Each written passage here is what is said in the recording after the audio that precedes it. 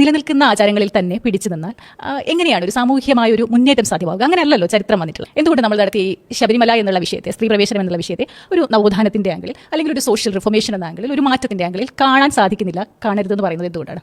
അങ്ങനെയല്ല. ഹിന്ദു മതത്തിലുണ്ടായിരുന്ന കുറേയധികം ദുരാചാരങ്ങളെ സ്വയം പരിഷ്കരിച്ചിട്ടുള്ള ഒരു മതമാണ്, ഒരു സെൽഫ് ക്ലീനിങ് മതമാണ്. കുറേയധികം പ്രശ്നങ്ങളുണ്ടായിരുന്നു, അത് ഈ മതം തന്നെയാണ് മാറ്റിയിരിക്കുന്നത്.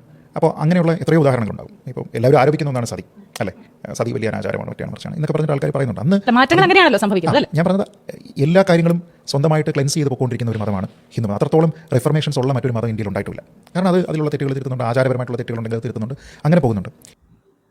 കേരളത്തിലെ അറിയപ്പെടുന്ന ഒരു സാമൂഹിക നിരീക്ഷകനാണ് ശ്രീജിത്ത് പണിക്കർ. സ്വയം ഒരു നിഷ്പക്ഷ നിരീക്ഷകൻ എന്നാണ് ശ്രീജിത്ത് അറിയപ്പെടുന്നതെങ്കിലും അദ്ദേഹത്തിന്റെ പല കാഴ്ചപ്പാടുകളും പ്രോ ഹിന്ദുത്വ അല്ലെങ്കിൽ പ്രോ സംഘപരിവാർ കാഴ്ചപ്പാടുകളുമായി ഒത്തുചേരുന്നതാണ്. മറ്റു മതത്തിലെ അന്ധവിശ്വാസങ്ങളെ പരിഹസിക്കാനും ട്രോളുവാനും ഒക്കെ മുന്നിൽ നിൽക്കുന്ന ശ്രീജിത്ത് പണിക്കര് തൻ്റെ ചക്കര അന്ധവിശ്വാസങ്ങളെ ഡിഫെൻഡ് ചെയ്യാൻ തൻ്റെ വാക് സാമർത്ഥ്യവും വാക് ചാരുദ്വര്യവും ഉപയോഗിക്കുന്നതാണ് നാം എപ്പോഴും കാണാറുള്ളത്. അതുപോലെ തന്നെയാണ് അദ്ദേഹം ഈ ഇന്റർവ്യൂവിലും തൻ്റെ ചക്കര മതത്തിലെ അന്ധവിശ്വാസങ്ങളെ ന്യായീകരിക്കാൻ വേണ്ടിയിട്ടുള്ള ചില യുക്തികൾ ഉപയോഗിക്കുന്നത്. സാധാരണ ഹിന്ദുമതത്തെ ഡിഫെൻഡ് ചെയ്യുന്ന എല്ലാ ആളുകളും പറയുന്ന ഒരു വാദമാണ് ഹിന്ദുമതം എന്ന് പറഞ്ഞാൽ സ്വയം പരിഷ്കരിക്കാൻ കഴിയുന്ന അല്ലെങ്കിൽ സ്വയം നവീകരിക്കുന്ന ഒരു മതമാണ് എന്നും അത് അതിലുള്ള എല്ലാ അനാചാരങ്ങളെയും സ്വയം പരിഷ്കരിച്ചുകൊണ്ടാണ് മുന്നോട്ട് വന്നിട്ടുള്ളത് എന്നും. ഇത് ശരിയാണോ എന്ന് നമുക്ക് ചരിത്രത്തിന്റെ അടിസ്ഥാനത്തിൽ ഒന്ന് പരിശോധിച്ച് നോക്കാം. സത്യത്തിൽ ഇന്നിവർ ഹിന്ദുമതത്തിലെ അനാചാരങ്ങൾ എന്ന് പറയുന്ന പല കാര്യങ്ങളും ആ ഹിന്ദുമതം ഉണ്ടായ കാലഘട്ടത്തിൽ അല്ലെങ്കിൽ ഇത് നിരോധിക്കപ്പെടാത്ത കാലഘട്ടത്തിൽ വളരെ മികച്ച ആചാരങ്ങളായി തന്നെയായിരുന്നു നിലനിന്നിരുന്നത്. എന്നാൽ പിന്നീട് ആധുനിക സമൂഹം ചില മൂല്യങ്ങൾ സ്വായത്തമാക്കിയതിൻ്റെ ഭാഗമായി ആ ആധുനിക സമൂഹത്തിൽ വളർന്നു വന്ന ആളുകൾ ഈ ആചാരങ്ങളെ എതിർക്കുകയും അതിനെതിരെ പോരാടുകയും ചെയ്തതിൻ്റെ ഭാഗമായിട്ടാണ് ഈ ആചാരങ്ങളൊക്കെ അനാചാരങ്ങളായി മാറിയതും അത് നിർത്തലാക്കിയതും.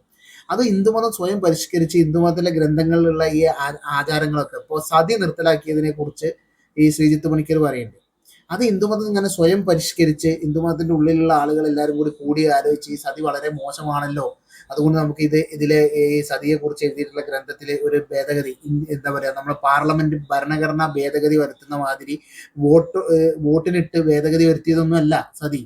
സതി എന്ന് പറഞ്ഞാൽ ആ സമൂഹത്തിൽ മനുഷ്യൻ വളർന്നു വന്നപ്പോൾ ആധുനിക മൂല്യങ്ങൾ മനസ്സിലാക്കിയ സമയത്ത് ഒരു ഭർത്താവ് മരിച്ചാൽ അതിനോടൊപ്പം സ്ത്രീ ചാടി മരിക്കുന്നത് ഒരു ആധുനിക സമൂഹത്തിന് യോജിച്ചതല്ലെന്നും അത് മനുഷ്യാവകാശത്തിനെതിരാണെന്നും ആ സ്ത്രീയുടെ പിന്നീടും ജീവിക്കാനുള്ള അവകാശത്തിനെതിരാണെന്നും മനസ്സിലാക്കിയപ്പോൾ അത് മനസ്സിലാക്കിയ ആളുകൾ, അതൊരു പക്ഷേ ഹിന്ദുമതത്തിൽ ജനിച്ച ആളുകൾ തന്നെയായിരിക്കും, ആ ആളുകൾ അതിനെതിരെ സംസാരിക്കുകയും അതിനെതിരെ പ്രചരണം നടത്തുകയും ചെയ്തതിന്റെ ഭാഗമായിട്ടാണ് ഈ സതിയെ പോലുള്ള ആചാരങ്ങൾ നിരോധിക്കപ്പെടുന്നത്. ആ ആളുകൾ അതിനെതിരെ പ്രവർത്തിച്ച പല ആളുകളും ഈ മതത്തിൽ തന്നെ ജനിച്ച ആളുകളായതുകൊണ്ട് അത് മതത്തിന്റെ സ്വയം നവീകരണമാണ് എന്ന് അവകാശപ്പെടുകയാണെങ്കിൽ ഏത് മതത്തിൽ നടക്കുന്ന ഈ പരിഷ്കരണങ്ങളും അങ്ങനെ തന്നെ ആ മതത്തിന്റെ സ്വയം നവീകരണമാണ് എന്ന് പറയേണ്ടി വരും. ഇപ്പൊ ക്രിസ്തു മതത്തിലെ പല അനാചാരങ്ങളും അത് മാറ്റിയെടുത്തിട്ടുണ്ടാവും ആ ക്രിസ്തു മതത്തിൽ തന്നെ ജനിച്ച് ആ അനാചാരങ്ങളോട് പോരാടിയ ആളുകളുടെ പ്രവർത്തനത്തിന്റെ ഫലമായിട്ടായിരിക്കും. അത് ഈ ക്രിസ്തു മതത്തിന്റെ സ്വയം നവീകരണം എന്ന് നമുക്ക് അവകാശപ്പെടാൻ പറ്റുമോ? ഇസ്ലാം മതത്തിൽ ഇപ്പൊ എക്സ് മുസ്ലിങ്ങളായ ആളുകൾ ഇസ്ലാം മതത്തെ നവീകരിക്കാൻ വേണ്ടിയിട്ട് അല്ലെങ്കിൽ ഇസ്ലാം മതത്തിലുള്ള പല അന്ധവിശ്വാസങ്ങളെയും ഇസ്ലാം മതത്തിലെ അനാചാരങ്ങളെയും എതിർക്കുന്നുണ്ട്. അപ്പൊ അതൊക്കെ ഒരുപക്ഷെ അവരുടെ പ്രവർത്തന ഫലമായി എതിർക്കപ്പെട്ട് അത് മാറ്റപ്പെട്ടാൽ പിന്നെ ഇസ്ലാമിസ്റ്റുകളായ ആളുകൾ പറയുകയാണ് ഇത് ഞങ്ങൾ ഇസ്ലാം സ്വയം നവീകരിച്ചതാണ് എന്ന് പറഞ്ഞാൽ എത്രത്തോളം പരിഹാസമായിരിക്കും. അതുപോലെ പരിഹാസം തന്നെയാണ് ഹിന്ദുമതം സ്വയം നവീകരിക്കപ്പെട്ടതാണ് എന്ന് പറഞ്ഞാൽ. ഈ സതി നിർത്തലാക്കിയ സമയത്ത് സതി ആചാരം സംരക്ഷിക്കാൻ വേണ്ടിയിട്ട് ആയിരക്കണക്കിന് സ്ത്രീകൾ തെരുവിലിറങ്ങിയിരുന്നു.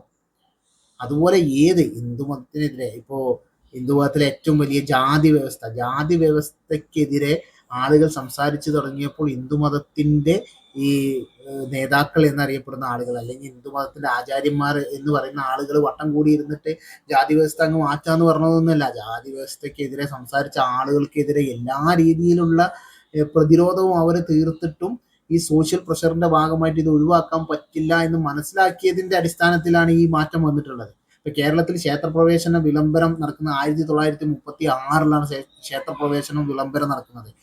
വൈക്കം സത്യാഗ്രഹം നടക്കുന്നത്, അതായത് വൈക്കം ക്ഷേത്രത്തിലെ വൈക്കം ക്ഷേത്രത്തിൽ പ്രവേശിക്കാൻ കൂടിയല്ല, വൈക്കം ക്ഷേത്രത്തിന് മുന്നിലുള്ള നടവഴിയിലൂടെ ഈ സോ കോൾഡ് താന്ന ജാതിയിൽപ്പെട്ട ആളുകൾക്ക് സഞ്ചരിക്കാനുള്ള അവകാശത്തിന് വേണ്ടിയിട്ട് സമരം നടന്ന് 14 വർഷം കഴിഞ്ഞതിന് ശേഷമാണ് ക്ഷേത്രപ്രവേശന വിളംബരം നടക്കുന്നത്. അത് ഹിന്ദുമതത്തിന്റെ സ്വയം നവീകരണത്തിന്റെ ഭാഗമായിട്ടല്ല, ആധുനിക മൂല്യങ്ങൾ മനുഷ്യൻ പഠിച്ചതിന്റെ ഭാഗമായിട്ടുള്ള സോഷ്യൽ പ്രഷറിന്റെ ഭാഗമായിട്ടാണ് എല്ലാ ആചാരങ്ങളും അനാചാരങ്ങളായി മാറിയിട്ടുള്ളത്.